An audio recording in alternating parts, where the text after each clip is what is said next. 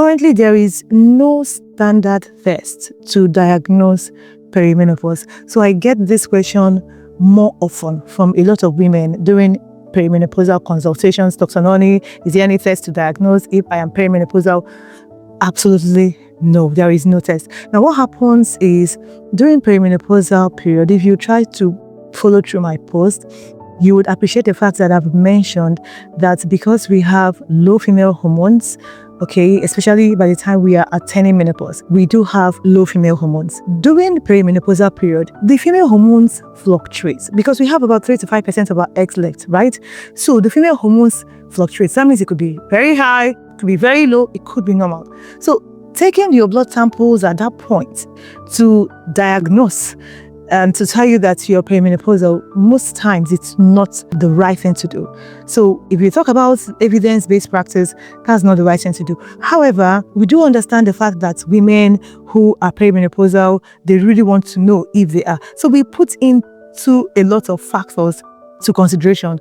If you talk about your clinical features, your age, and we look forward, probably when is the likely age that you may likely attain menopause. If you want to predict that using the family history, like your mom, your sisters, your aunties who are closely related to you. For example, if your mom attained menopause at 45, that's a very good predictor. If we have excluded other factors that can affect the time you would likely attain menopause. Example, if you do not have any exposure to chemotherapy, you did not have any ovarian surgery, you did not have any autoimmune disease conditions like thyroid issues, then as such, we can really predict that if your mom attained menopause at 45, 46, then you likely may attain menopause towards that age. However, this is not 100%. Now, we also look at your clinical symptoms. Perimenopause usually occurs like 4 to 10 years before the expected time you could attain menopause. So if you are 35, probably your mom attained menopause at 45, or you are already 40 and you're having symptoms of irregular cycles. For instance, your cycle length was 28 days, 29 days. Suddenly you noticed, it's like 21 days. And sometimes you have skipped periods, or you have very light bleeding. Sometimes it could be very heavy, or sometimes it could even be prolonged cycle length, probably from 21 days. The next time you're seeing it at 36 days. Those are things that could make you think of the possibility that you're perimenopausal based on your cycle length. Another thing is other changes as simple as breast changes, like your boobs are more painful during your periods or before your periods, or you're having mood changes, or you're having symptoms like hot flashes. Some women would have in between, occasionally they would have dryness from their down below. They could have loss of libido, like they don't even have interest in having sex. Some body changes like increased abdominal fat. You're having weight gain, weight redistribution around your tummy that you never used to have before. Or some women could even have more frequent urination. Some women could have problems with sleep or night sweat. So this could be a pointer that, you are likely having some of these perimenopausal symptoms. And most of the times, most women who are perimenopausal, they have regular periods and they do not have any symptoms. So what can you do?